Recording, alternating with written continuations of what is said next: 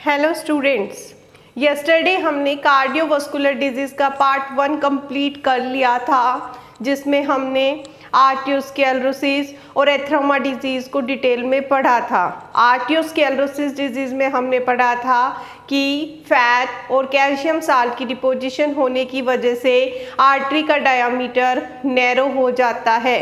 एथरोमा disease में हमने पढ़ा था मोर फैट, मोर कोलेस्ट्रॉल लाइनिंग आर्टरी की लाइनिंग पर जमा होने की वजह से आर्टरी जो है वो नैरो होती चली जाती है, जिसकी वजह से ब्लड सप्लाई उस पार्ट में रुक जाती है और ब्लड जो है वो हाई प्रेशर से फ्लो होने लगता है, जिससे हाइपरटेंशन रिलेटेड प्रॉब्लम आ जाती है।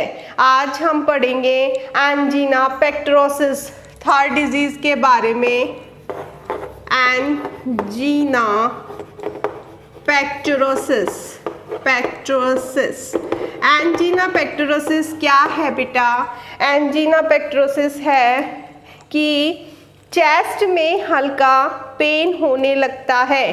चेस्ट में हल्का पेन होने लगता है। किस कारण से ऐसा देखा जाता है?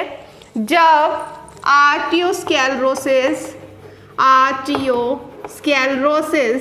में फैट की डिपोजिशन हो जाती है आर्टरी में, जिसकी वजह से आर्टरी का डायामीटर नैरो हो जाता है।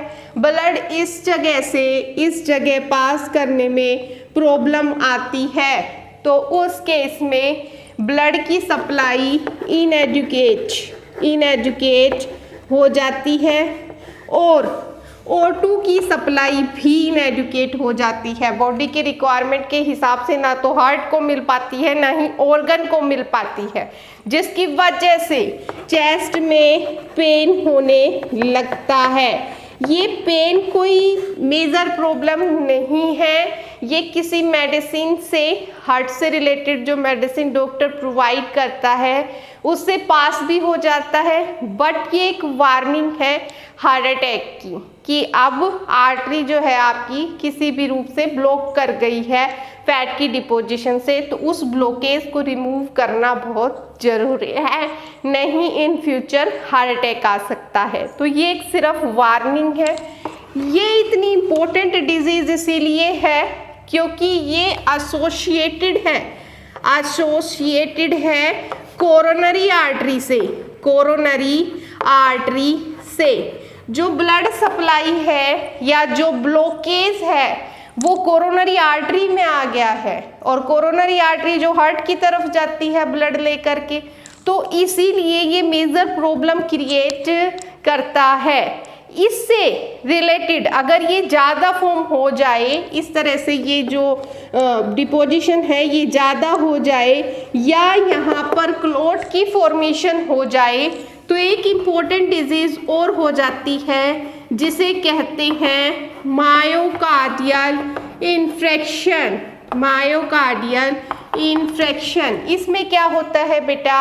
इसमें जो आर्टरी है कोरोनरी आर्टरी, मायोकार्डियम की जो लेयर है हार्ट की, उसमें अच्छे से ब्लड की सप्लाई नहीं हो पाती क्योंकि ब्लॉकेज 100% है। या तो वो फैट की डिपोजिशन से हो गया 100%, या फिर वहाँ कोई क्लॉट फॉर्म हो गया है, ब्लड क्लॉट हो गया है वहाँ पे, जिससे ब्लड यहाँ से यहाँ तक पास नहीं आएगा। इस पर्टिकुलर मसल में ब्लड की सप्लाई रुक जाएगी, और इस पर्टिकुलर मसल में ब्लड की सप्लाई रुकने की वजह से ब्लड की जो सप्लाई है वो टोटली स्टॉप हो जाएगी, स्टॉपेज ऑफ ब्लड सप्लाई।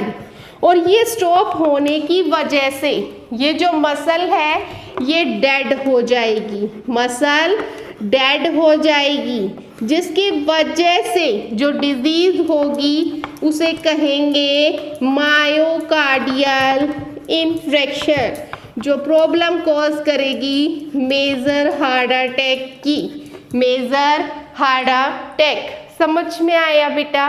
तो हमने एंजिना पेक्टोरसिस डिस्कस किया, मायोकार्डियल इन्फेक्शन डिस्कस किया। 5th डिजीज आती है हमारी हार्ट से रिलेटेड, जो 20 इयर्स की एज में देखी जाती है, जिसे कहते हैं रिन्यूमेटिक हार्ट डिजीज।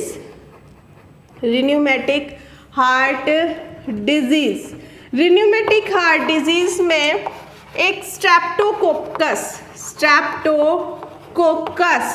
नाम का जो बैक्टीरिया है वो 20 इयर्स की एज में जो कैंडिडेट है उसको फीवर आता है।